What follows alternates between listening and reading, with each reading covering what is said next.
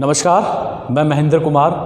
हम राजनीति विज्ञान की जो आपका पहला चैप्टर है 11th क्लास का, उसके ऊपर बात करेंगे, संविधान क्यों और कैसे। ठीक है, और ये इस चैप्टर का तीसरा वीडियो यानी तीसरा पार्ट है, और ये इस चैप्टर को समाप्त कर देगा, यानी पूरा का पूरा ये चैप्टर आपका कंप्लीट हो जाएगा इस वीडियो में। तो आप इस वीडियो को शुरू से लेकर एंड तक देखते रहिए। चलिए स्टार्ट करते हैं।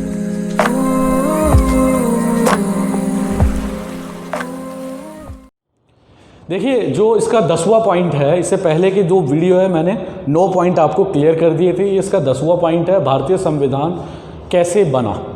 मैं आपको एक योजना बताता हूँ कि भारत में जो अंग्रेज़ों का शासन था, प्लासी के युद्ध के बाद या बक्सर के युद्ध के बाद, जो 1757 से 1764 के बीच में हुए ये युद्ध, इसके बाद भारत में अंग्रेज़ जम गए और लगभग 200 सालों तक भारत में 1947 तक अंग्रेज़ों ने राज किया और अपनी शासन व्यवस्थाओं को भारत में चलाया। और वो जो शासन व्यवस्थाएं थी, उसके अंतर्गत हम जो है अंग्रेजी जो कल्चर होता है उसके अंदर ढलने लगे, और ढलते ढलते भारतीय संविधान की मांग भी हमारे जो राष्ट्रपिता है महात्मा गांधी द्वारा 1922 में की गई थी कि भारतीय लोग ही भारतीय कानून के निर्माण में सहायक होंगे, यानी कानून को बनाने में आगे आएंगे और वही भारत का कानून बनाएंगे। उसी मांग को जो है 1934 में जो भारत की जो राष्ट्रीय कांग्रेस है उसने इसको स्वीकार किया, भारतीय राष्ट्रीय कांग्रेस ने, और उसको आगे बढ़ाया।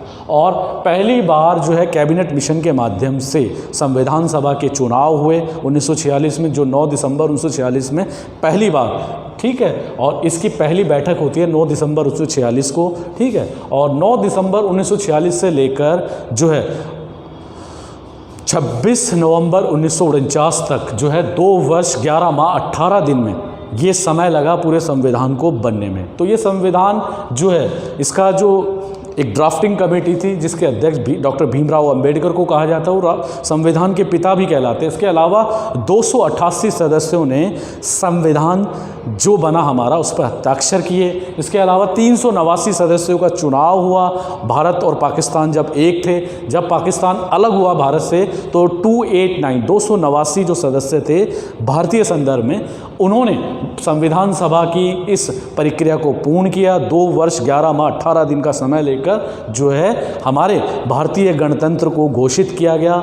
हम भारत के लोग भारत के संविधान को इस तारीख को यानी 26 जनवरी 1950 को स्वीकार करते हैं। तो भारत एक गणतंत्र घोषित हो गया उस दिन, और ये संविधान इस तरीके से बना। और भारत का जो संविधान है वो विश्व का सबसे बड़ा संविधान है, जिसमें 395 अनुच्छेद हैं। ये विश्व का सबसे लंबा लिखित संविधान है, और इसमें जो है इस संविधान में लगभग इसका आधे से ज़्यादा भाग जो है हमने कहीं ना कहीं किसी न किसी देश की शासन व्यवस्थाओं से, संवैधानिक प्रक्रियाओं से लिया है। ठीक है, और इसके अलावा इसका 1935 का जो हमारा कानून था वो हूबहू 90% हमने इसको ऐसे का ऐसे ही इस संविधान में एक्सेप्ट कर लिया, और बहुत सारी नई धाराएं हमने इसको जोड़ी। तो ये एक लंबा प्रोसेस था भारतीय संविधान को बनाने का। तो भारतीय संविधान इस तरीके से बना। ठीक है, इसके अलावा जो उसका 11वां पॉइंट है, संविधान सभा के कामकाज की शैली क्या है।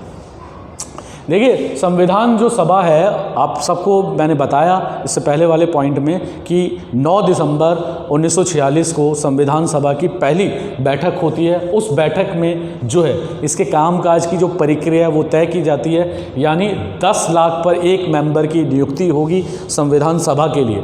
ठीक है, तो इस तरीके से जो है पूरे देश से जो है इसके जो सदस्य थे उसका चुनाव किया गया, और 389 सदस्य पाकिस्तान और भारत के बंटवारे के बाद 289 सदस्य, और फिर जो है इसके संविधान की प्रक्रिया में 2 वर्ष 11 माह का समय लगा। और कामकाज की जो शैली है वो भारतीय जनता के संदर्भ में, यानी कानून बनाने का जो पूरी तरीके से अधिकार था वो संविधान सभा को था। तो संविधान सभा में कामकाज की यही शैली थी कि भारत के विकास और भारत की तरक्की के लिए वो कौन से रास्ते हैं जिनसे संविधान सभा को आगे बढ़ाया जाए और संविधान सभा सभी देशों की संवैधानिक व्यवस्थाओं से अच्छी अच्छी चीज़ों को ले और ग्रहण करे और एक अच्छा, बढ़िया और सुंदर संविधान, तरक्की वाला संविधान भारत को सौंपे। क्योंकि जब अंग्रेज लोग भारत को छोड़कर जा रहे थे, चले गए थे, तो भारत में ऐसे हालात थे कि भारत में चारों तरफ दंगे हो रहे थे, जातीय और धार्मिक उन्माद था, गरीबी बहुत ज़्यादा थी,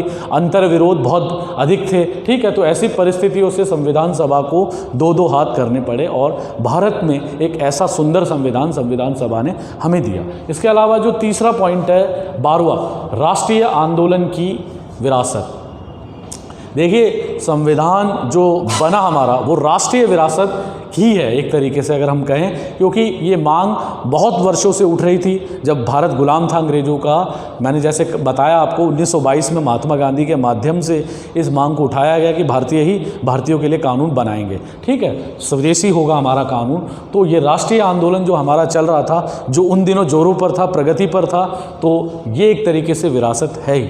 ठीक है, इसको हम कह सकते हैं कि ये जो संविधान है, ये संविधान जो निकला है हमारा, वो बिल्कुल विरासत के रूप में ही दर्ज है, अंकित है। इसके अलावा जो इसका 13वां पॉइंट है, संस्थागत व्यवस्थाएं। देखिए, इसमें बहुत सारी जो व्यवस्थाएं हैं इंस्टीट्यूशनल है, सारी की सारी संविधान खुद भी अपने आप में एक इंस्टीट्यूट है जिसके ऊपर पूरे देश का ढांचा खड़ा है, पूरे देश की शासन व्यवस्था उसी पर टिकी हुई है। तो ये जो संस्थागत व्यवस्था है संविधान, इसमें अगर मैं बात करूँ यूपीएससी की, संघ लोक सेवा आयोग, यूनियन पब्लिक सर्विस कमीशन या इलेक्शन कमीशन, इसके अलावा वित्त आयोग जिसको आप फाइनेंस कमीशन के रूप में जानते हैं, ये सारी व्यवस्थाएं संवैधानिक प्रक्रियाओं से ही निकली है, गुजरती हैं और इनमें कोई छेड़छाड़ नहीं हो सकती। और ये सब के सब भारत को मजबूत करने की व्यवस्थाएं हैं और ये सारी इंस्टीट्यूशनल व्यवस्थाएं भारत को जो है मजबूत बनाती है, एकता के सूत्र में पिरोती है। एक ऐसा संविधान जो भारत की तरक्की, भारत के विकास में योगदान देता है, वो भारतीय संविधान पूरे विश्व के लिए नज़ीर है आज की तारीख में। देखिए, ये सारे पॉइंट ख़त्म हो गए हैं। अब मैं कुछ विस्तृत आपको बातें बता दूं भारतीय संदर्भ में। देखिए, भारतीय जो संविधान है उसके बारे में बहुत सारे लोगों ने बहुत बड़ी बड़ी टिप्पणियां की है। भारतीय संविधान एक ऐसा संविधान है, जैसे ऑस्ट्रेलिया के कई वकीलों ने भारतीय संविधान को जो है जिरह और बहस का संविधान कहा, क्योंकि भारतीय संविधान ना तो कठोर है, ना ही ज़्यादा हार्ड है, ठीक है, और ना ही ज़्यादा लचीला है, यानी दोनों का मिला जुला संगम है, कठोर भी है और हार्ड भी है और लचीला भी है, यानी सारी चीज़ें इसमें पाई जाती है। तो ये वकीलों के लिए स्वर्ग भी कहलाता है। आप देखते हो कि इतना भारत में जो है हर साल करोड़ों जो केस है वो पेंडिंग हो जाते हैं, उन पर डिसीजन नहीं आता। तो भारतीय संविधान की ये प्रक्रिया जिस पे सवालिया निशान भी लगते रहते हैं, लेकिन भारत में जो है भारतीय संविधान की आप इसको उपलब्धि कहेंगे कि किसी भी व्यक्ति को पूर्ण यहाँ अधिकार मिले हुए हैं अपने मूलभूत विकास के लिए, कि वो कोई भी ऐसी गति और प्रगति का इस्तेमाल कर सकता है अपने चहुमुखी विकास के लिए, जो संवैधानिक प्रक्रिया के साथ जुड़ी हुई है। ठीक है, तो अगर मैं इसको साधारण तरीक़ों से, साधारण शब्दों में ये कहना चाहूँ कि जो आपका ये चैप्टर है संविधान क्यों और कैसे बना और इसके फ़ायदे उपलब्धियाँ क्या है, वो मैंने सारी बातें बताई। आप भी इस बात को आप मान सकते हो, क्योंकि आप 11th के बच्चे हो, तो आपको इस बात की समझ होनी चाहिए कि भारत का जो सबसे बड़ा कानून है, जो देश की जनता ने ठीक है बनाया है अपने देश की तरक्की और विकास के लिए, वो आज भी चलयमान है और दिनों दिन हमें अच्छे परिणाम दे रहा है। देश की प्रगति में उसका योगदान अतुलनीय, अमूल्य है, जिसको भुलाए से नहीं भुलाया जा सकता। और आज भी हमारे देश में ये संविधान लागू है, परंपरागत रूप से चलता आ रहा है और भविष्य में भी ये चलता रहेगा। तो चलिए, आज इस चैप्टर में इतना ही। थैंक यू, धन्यवाद।